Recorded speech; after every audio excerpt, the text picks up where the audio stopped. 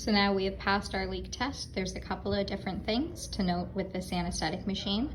The first one is that this part here is a touch screen. So before you put your patient on, you're going to want to click on the weight, turn this dial here, and you can set the patient weight and click on it to accept it. Now there is different functions on this anesthetic machine. The first one is manual. That will run like a traditional anesthetic machine where you're running off your bag system. There is no vent, there is no pressure or anything like that. If you do need to bag your patient, you can press here to close the pop off. It's a quick release, and squeeze your bag to deliver breaths if you need to in this circuit. Now, in order to run the ventilator, there's a couple of different options.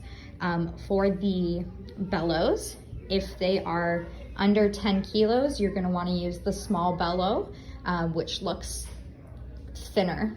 And then if they're over 10 kilos, you're going to want to use the large bellow. Your bag size is like with any anesthetic machine.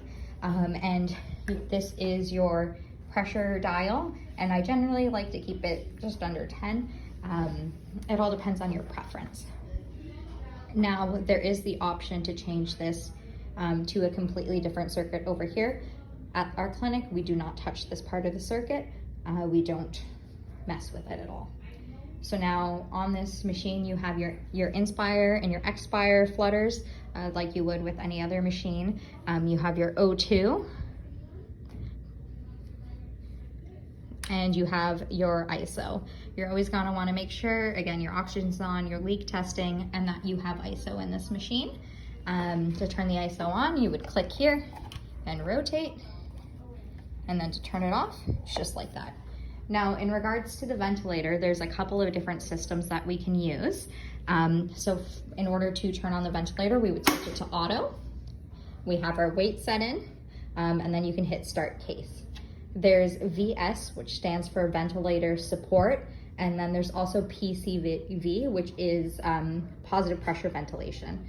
So the difference between those two is with ventilator support, you can select the minimum amount of breaths you want your patient to take, as well as the total volume. You can change that, again, touch screen and dial, and that will support their breaths, make sure they're taking full and complete breaths, as well as if they go under whatever your minimum respiratory rate is that you've set on here, it will pick up and it will vent to get you to that. Where with the positive pressure vent, the PCV setup, it overrides their breathing. So it is full vent capacity. And again, you change here to change the respiratory rate to whatever rate works for you. I find if you're getting a bit of a high end-tidal CO2, you can always try turning this up and see if that makes a difference. That, or you can disconnect the patient from the circuit and try, flushing out the circuit and anything else that you would do to correct a too high end-tidal CO2. Now with the PCV and the automatic ventilation, you hit start case.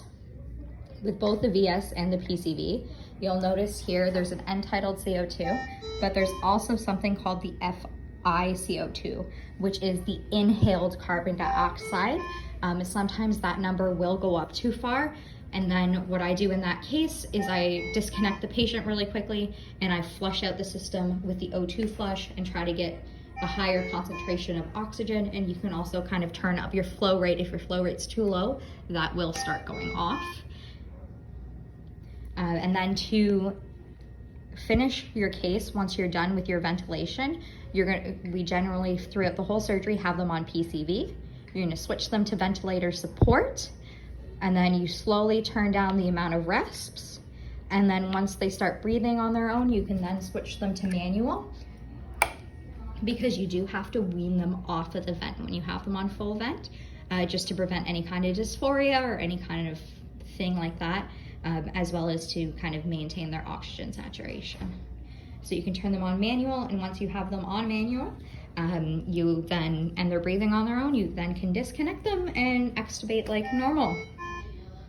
In order to end the case, you're gonna wanna make sure you hit end case and confirm it, and it will put the machine in standby mode.